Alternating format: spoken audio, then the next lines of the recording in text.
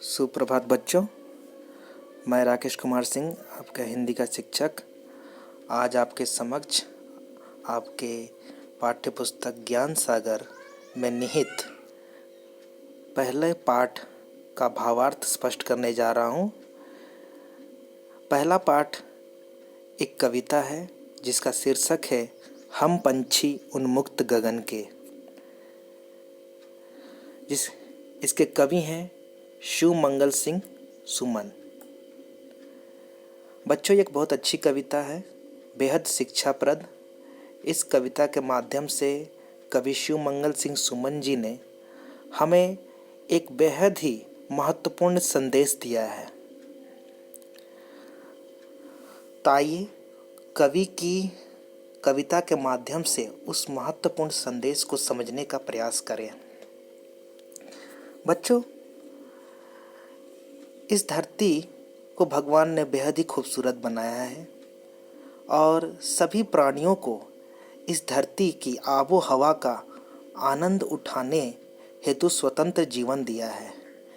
लेकिन कहीं ना कहीं हम मनुष्य जाति इस धरती के अन्य सभी प्राणियों के साथ कहीं ना कहीं बुरा व्यवहार करते हैं, उनके ऊपर तरह तरह का अत्याचार करते हैं। अब इन पंछियों को ही ले लीजिए। बच्चों देखिए, इन चित्र में कितने सुंदर ये पंछी हैं और ये उड़ते हुए कितने अच्छे लग रहे हैं। लेकिन सोचिए कि अगर इन पंछियों को इस पिंजरे में बंद करके रख दिया जाए तब इनका जीवन कैसा हो सकता है। आज इसी बात को कवि ने स्पष्ट करने का प्रयास किया है कि अगर भगवान ने हमें स्वतंत्र जीवन जीने का अधिकार दिया है तो हम किसी भी प्राणी को गुलाम कैसे बना सकते हैं। तो आइए इस कविता के माध्यम से इस बात को समझने का प्रयास करते हैं। कवि ने लिखा है, हम पंछी उन्मुक्त गगन के पिंजर बद ना गा पाएंगे, कनक तीलियों से टकराकर पुलकित पंख टूट जाएंगे।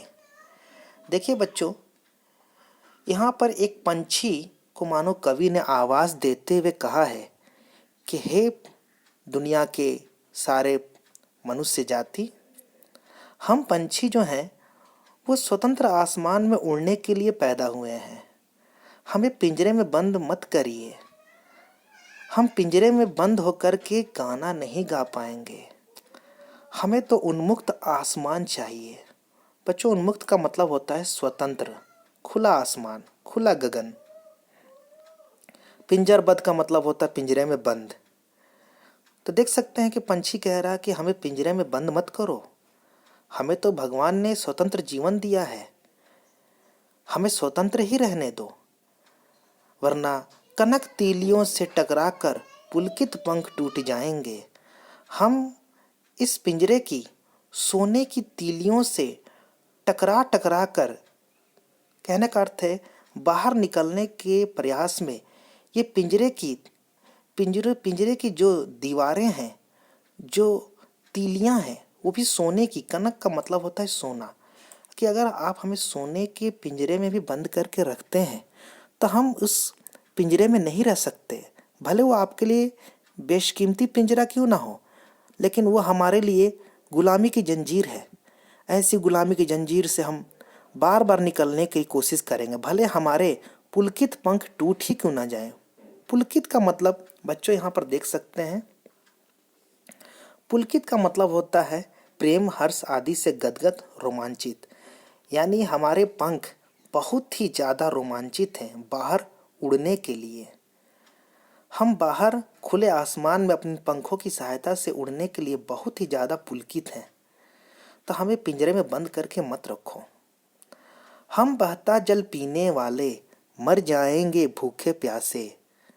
अरे, जब भगवान ने हमें स्वतंत्र जीवन दिया है, जब हमें नदियों का बहता जल पीने की आज़ादी मिली है, तो फिर हमें आप पिंजरे में क्यों बंद करके रखते हैं।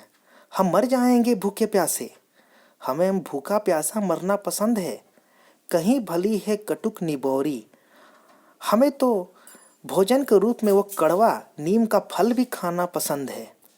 सोच सकते हैं कि एक पंछी जो है भोजन के रूप में कड़वा, कटुक का मतलब होता है कड़वा, निवौरी का मतलब होता है नीम का फल, वो खाना पसंद है, लेकिन तुम्हारी कनक कटोरी की मैदा हमें पसंद नहीं है। आप हमें सोने की कटोरी में दूध मलाई भी दोगे खाने के लिए तो वो हमारे लिए विष के समान है, जहर के समान है। इससे तो लाख गुना अच्छा हमें वो कड़वा नीम का फल भाएगा जो हमें स्वतंत्र वातावरण में खाने को मिलेगा। बच्चे, इसी बात से समझ में आ रही है कि जीवन में हर एक प्राणी को उसकी आज़ादी कितनी प्यारी होती है, कि एक पंछी कड़वा नीम का फल खाने को तैयार है बशर्ते कि उसे खुले वातावरण में मिले, लेकिन उस कैद में सोने की कटोरी में मिले हुए भोजन से तो अच्छा ही है। इसलिए बच्चों, सभी को अपनी आज़ादी पसंद होती है, जो कि एक पंछी भी इसी बात को कह रहा है। अगली पंक्ति को देखते हैं। स्वर्ण सिंह श्रृंखला के बंधन में अपनी गति उड़ान सब भूले। पंछी कह रहा है कि हम इस पिंजरे, इस सोने की जंजीर में, इस सोने के जंजीर के बंधन में बंधे बंधे अपनी सारी गति उड़ान सब भूल गए हैं। ना जाने कब से इन मनुष्यों ने हमें इस सोने के पिंजरे में बंद करके रखा है। हमारी हालत तो ऐसी हो चुकी है कि हम अपनी गति और उड़ान भी सब भूल चुके हैं। बस अब पिंजरे में बैठे बैठे सपनों में देख रहे हैं तरु की फुनगी पर के झूले। हमारी स्थिति तो ऐसी हो गई है कि अब तो हमें केवल सपनों में ही वो हरे भरे तरु और उनकी फुनगी, बच्चों तरु का मतलब पेड़ होता है और फुनगी का मतलब होता है उसका शीर्ष। पंछियों को बड़ा अच्छा लगता है किसी पेड़ की फुनगी पर झूले के रूप में झूलना, लेकिन अब वो झूला कहाँ, अब तो पिंजरे में बेचारे बंद हैं, बेबस हैं बेचारे ये पंछी। इनकी हालत के जिम्मेदार हम मनुष्य ही तो हैं। ऐसे थे अरमान के उड़ते नील गगन की सीमा पाने। इन पंछियों का दुख इस बात का है, वो रो रहे हैं अपने पिंजरे में और कह रहे हैं कि बड़े अरमान थे। अरमान का मतलब बच्चों सपना होता है, कि सपना था कि हम नील गगन की दूर दूर तक सीमा को छू लेते, उड़ते ऊंचे गगन में काफ़ी दूर तक, इतनी ऊंचाई पर कि सूरज की लाल किरण सी चोंच खोल चुगते तारक अनार के दाने। पंछियों का कह सकते हैं ये भोलापन है।